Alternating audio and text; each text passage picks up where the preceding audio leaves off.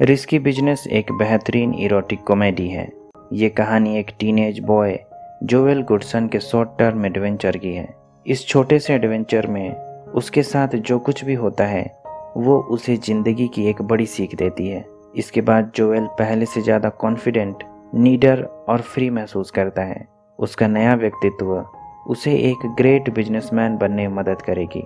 लेकिन इससे पहले कि हम जोएल गुडसन की कहानी देखें, मेरा आपसे रिक्वेस्ट है कि अगर आपको मेरा काम पसंद आता है तो वीडियो को लाइक, शेयर और चैनल को सब्सक्राइब कर दें। इससे हमें बड़ी प्रेरणा मिलती है नए वीडियो बनाते रहने में। जोएल गुडसन एक वेल्दी परिवार से है और ज़िंदगी में एक बड़ा बिजनेसमैन बनने का सपना देखता है। लेकिन उसे अपने हाई स्कूल की पढ़ाई अच्छे नंबरों से पास करनी होगी।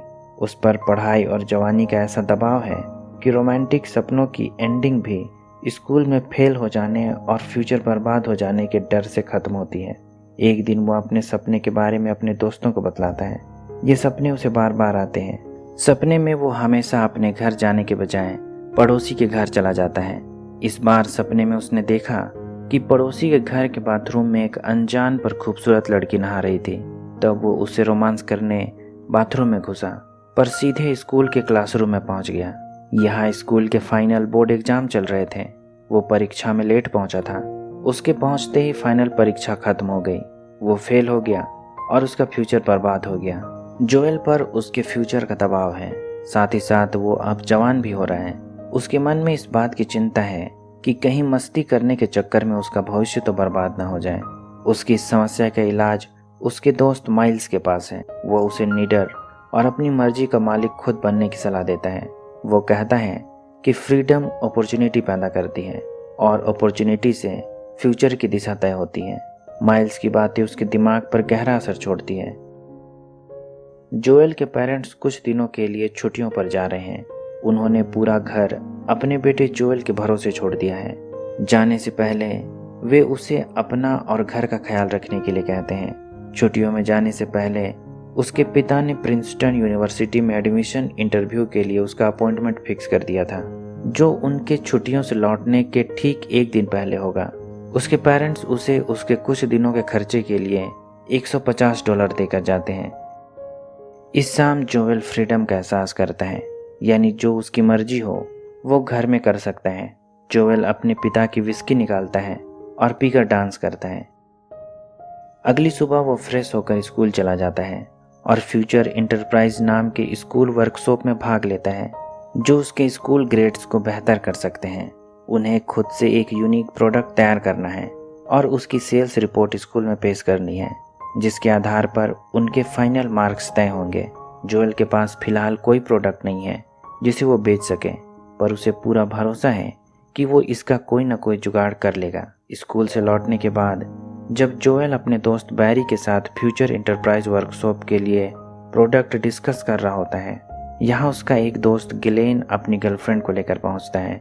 ग्लेन को पता है कि उसके पेरेंट्स घर पर नहीं हैं। वो जोएल से कमरा मांगता है क्योंकि अपनी गर्लफ्रेंड के साथ टाइम गुजारने के लिए उसके पास कोई और जगह नहीं है। जोएल उन्हें अपना कमरा दे देता है, पर उनकी सिसकियाँ इतनी तेज हैं कि जोएल और बैरी काम पर कंसंट्रेट नहीं कर पा रहे हैं, इसलिए बाहर घूमने चले जाते हैं। जोएल के पिता के पास एक महंगी स्पोर्ट्स कार पोर्स 928 है, जिसे छूने से भी उसके पिता ने उसे मना किया है, पर अब ये कार उसके हाथ में है। वो रास्ते पर खड़ी हुकर्स को शो ऑफ करता है और जब कुछ लड़के उसे रेस के लिए उकसाते हैं, वो उनसे रेस लगाता है। चूँकि उसके पास एक फास्ट स्पोर्ट्स कार है, वो उन लड़कों को आसानी से पीछे छोड़ देता है और खाली सड़क पर ड्रिफ्ट करता है। 2 दिन में ही उसने काफ़ी फ्रीडम हासिल कर लिया है। अगले दिन जोएल का दोस्त माइल्स जोएल को घर पर हुकर्स बुलाने की सलाह देता है। वो फ्रीडम का मजा ले सकता है और अपनी वर्जिनिटी लूज कर सकता है, पर जोएल उसकी बात पर राजी नहीं होता है। इसलिए माइल्स अपने लिए एक हुकर बुक करता है। उसने जोएल के घर का एड्रेस दिया है। रात को तय टाइम पर एक हुकर वहाँ पहुँच जाती है। ये एक ट्रांसजेंडर है, पर अभी माइल्स यहाँ नहीं है। फोन करने पर भी माइल्स आने से मना कर देता है। अब जोएल को अकेले ही उस ट्रांस हुकर को संभालना पड़ेगा। जोएल उसे वापस लौटने के लिए कहता है, पर उसे हुकर का चार्ज $75 चुकाना पड़ेगा। उसके पेरेंट्स ने उसे $150 दिए थे, जिसमें से $75 उसने हुकर को चुका दिए। पर जाते जाते उस हुकर ने उसे एक टीनेज लड़की लाना का नंबर दिया जो उसकी उम्र और टेस्ट दोनों को मैच करेगी। उस रात उसे नींद नहीं आती है, उसके मन में बुरे ख्याल आ रहे हैं। बहुत सोचने के बाद वो उस ट्रांस होकर के द्वारा दिए नंबर पर कॉल करता है और लाना नाम की होकर को घर बुलाता है। जब लाना उसके घर पहुंचती है वो उसे देखकर दंग रह जाता है। वो बहुत खूबसूरत है। उस रात जोएल पहली बार किसी के साथ इंटीमेट होता है। उसने लाना के साथ अच्छा समय बिताया, पर सुबह जब लाना उसे अपना चार्ज $300 बतलाती है, उसका दिमाग जैसे घूम जाता है। इतने पैसे तो उसके पास नहीं है। उसके पास अभी केवल $50 हैं। $75 उसने पहले ही एक ट्रांस हुकर पर खर्च कर दिए। $25 दोस्तों के साथ लंच और ब्रेकफास्ट पर चले गए। अभी उसके पास केवल $50 है, पर लाना $50 से मानने वाली नहीं है। इसलिए जोएल लाना को घर पर अकेला छोड़कर बैंक चला जाता है, जहां से वो एक बॉन्ड को कैश कराता है। ये बॉन्ड उसके जन्मदिन पर गिफ्ट के रूप में उसके पेरेंट्स ने खरीदा था। जब जोएल बॉन्ड कैश कराकर वापस लौटता है, देखता है कि लाना घर से एक एग की तरह दिखने वाला फैंसी शोपीस चोरी करके भाग गई है। ये कोई मामूली शोपीस नहीं है, भले इसकी कीमत ज्यादा ना हो, पर उसकी माँ की पसंदीदा है, इसलिए जोएल उसे यूं ही नहीं जाने देगा। वो अपने दोस्त माइल्स को लेकर उस जगह पहुंचता है जहां लाना अक्सर आया करती है। इस जगह के बारे में जोएल ने उस ट्रांस होकर से पता किया है। वहां थोड़ी देर वेट करने पर लाना से उसकी मुलाकात होती है। लाना उसके कार में आकर बैठ जाती है और उसे वहां से ले जाने के लिए कहती है। लाना के पीछे उसका पिंप गुइडो है जो रिवॉल्वर लेकर उसका पीछा कर रहा है। जोएल अपने पिता की पोर्स में लाना को लेकर भागता है। पीछे उसका पिंप है। चूंकि वो पोर्स में भाग रहा है, पिंप गुइडो उसका पीछा नहीं कर पाता है। उस रात वो लाना को फिर से अपने घर लेकर आता है, पर अगली सुबह लाना से रिक्वेस्ट करता है कि वो अब उसके घर से चली जाए। साथ में वो उसकी माँ के फैंसी शोपीस भी जल्दी लौटा दे, क्योंकि उसके पेरेंट्स कुछ ही दिनों में वापस आ जाएंगे। पर वो कहती है कि अब तक उसका पिंप गुइडो उसके अपार्टमेंट और उसके सामान पर कब्जा कर चुका होगा। वो जब तक उससे अपना सारा सामान वापस नहीं ले लेगी, तब तक वो उसे उसकी माँ के फैंसी शोपीस नहीं लौटा सकती है। इसके अलावा पहले उसे अपने लिए किसी दूसरे अपार्टमेंट का प्रबंध करना होगा। जब तक वो रुकने का इंतजाम नहीं कर लेती है, तब तक जोएल को उसे अपने पास रखना होगा।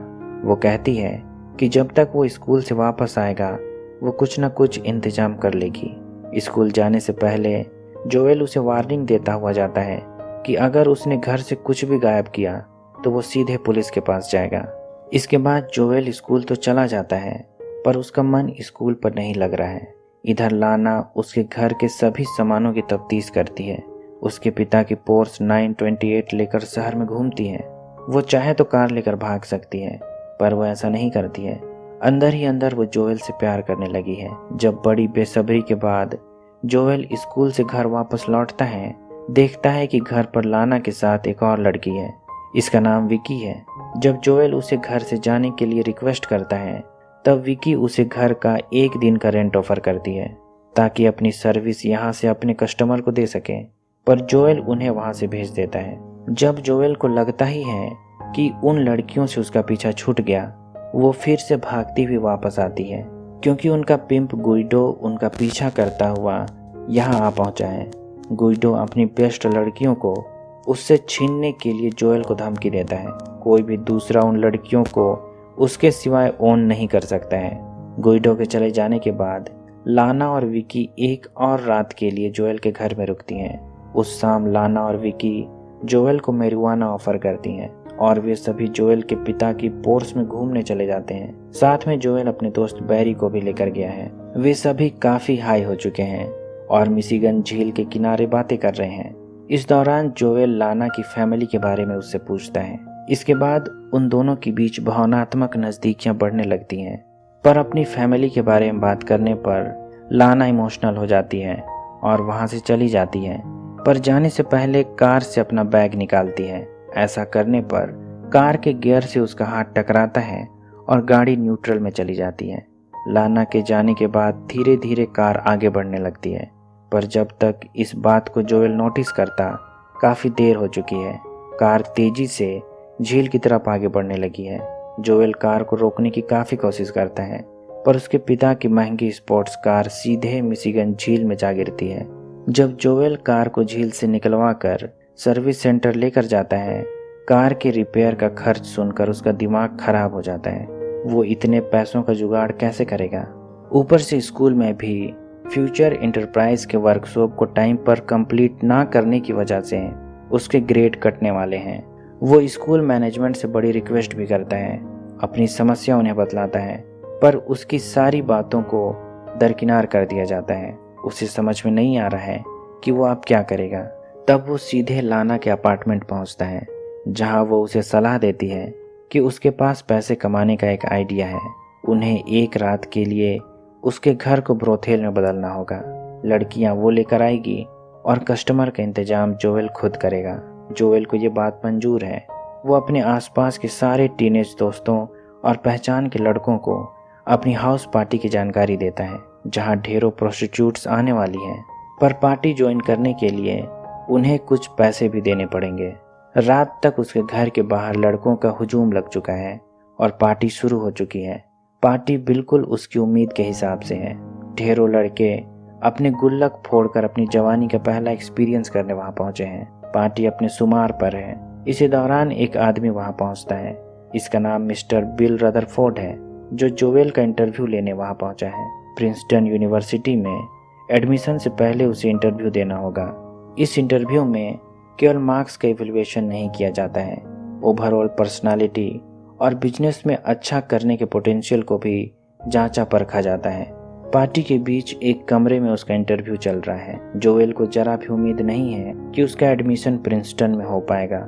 इंटरव्यूअर पर उसका इंप्रेशन खराब गया है, इसलिए वो फुल कॉन्फिडेंस में बिना डरे इंटरव्यू फेस करता है। जो मन में आता है कहता है। ऊपर से इंटरव्यू के बीच में कई बार उसके दोस्त उसे डिस्टर्ब भी करते हैं। इंटरव्यू खत्म होने के बाद इंटरव्यूअर बिल रदरफोर्ड तुरंत वहां से नहीं जाता है, बल्कि खुद भी पार्टी एंजॉय करता है और जब तक पार्टी पूरी तरह से खत्म नहीं हो जाती है वहीं रहता है।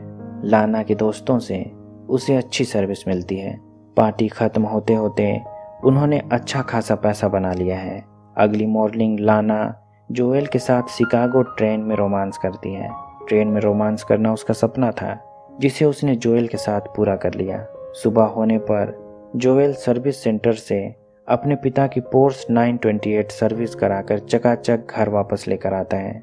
पर जब घर पहुंचता है, देखता है कि घर का सारा फर्नीचर गायब है। तब वो लाना के अपार्टमेंट फोन करता है, जहां उसका पिंप गुइडो फोन उठाता है। सारे फर्नीचर पर अब उसका कब्जा हो चुका है। वो कहता है कि वो एक शर्त पर उसके सारे फर्नीचर उसे लौटा देगा। उसे हर सामान की कीमत चुकानी पड़ेगी।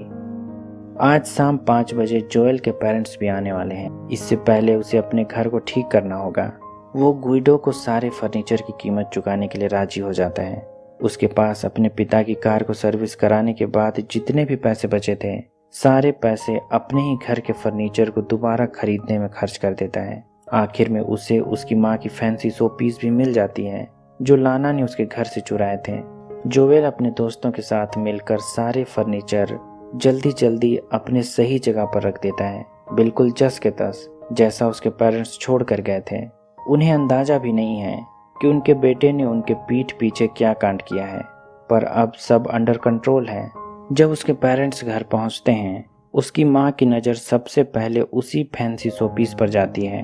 वह उसे उठाकर चेक करती है और कहती है कि इसमें क्रैक कैसे आए। हालांकि ये क्रैक बहुत छोटा सा है, नोटिस करने पर भी उसे ढूंढ पाना एक मुश्किल काम है। जोएल की माँ उसे गैर जिम्मेदार कहती है। तब जोएल कहता है कि वो नया शोपीस खरीद देगा। तब उसकी माँ उसका मजाक उड़ाती है कि कहाँ से उसके पास पैसे आएंगे। उसे पता नहीं है कि जोएल ने एक रात में ही $8,000 बना लिए थे। भले ही स्कूल के फ्यूचर इंटरप्राइज के वर्कशॉप में वो फेल हो गया हो, पर जोएल ने ह्यूमन फुलफिलमेंट की अपनी सर्विस से $8,000 एक रात में ही कमा लिए थे। ऐसा करने की बात तो स्कूल का कोई भी होशियार सोच नहीं सकता है। जोएल एक प्रोफेशनल बिजनेसमैन बन गया है। ऊपर से प्रिंसटन यूनिवर्सिटी के एडमिशन इंटरव्यू में भी उसका परफॉर्मेंस बहुत अच्छा आंका गया है। यूनिवर्सिटी ने उसे सेलेक्ट कर लिया है। यूनिवर्सिटी ने उसकी काबिलियत पर पर्सनल कमेंट भी किया है कि प्रिंसटन को जोएल जैसे एंटरप्रेन्योर की भी जरूरत है। उसके पिता ने इसकी उम्मीद नहीं की थी, पर उसे यकीन था कि उसके बेटे में कोई ना कोई बात तो है। प्रिंसटन जाने से पहले जोवेल लाना से मिलता है क्योंकि वो भी उसे पसंद करता है। एक दूसरे से दूर जाने के पहले वे दोनों शाम साथ बिताते हैं। इसी के साथ ये कहानी यहीं पर ख़त्म हो जाती है। उम्मीद करता हूँ कि यह कहानी आपको पसंद आई होगी। अगर ऐसा है तो वीडियो को लाइक, शेयर और चैनल को सब्सक्राइब कर दें। अभी तक बने रहने के लिए शुक्रिया।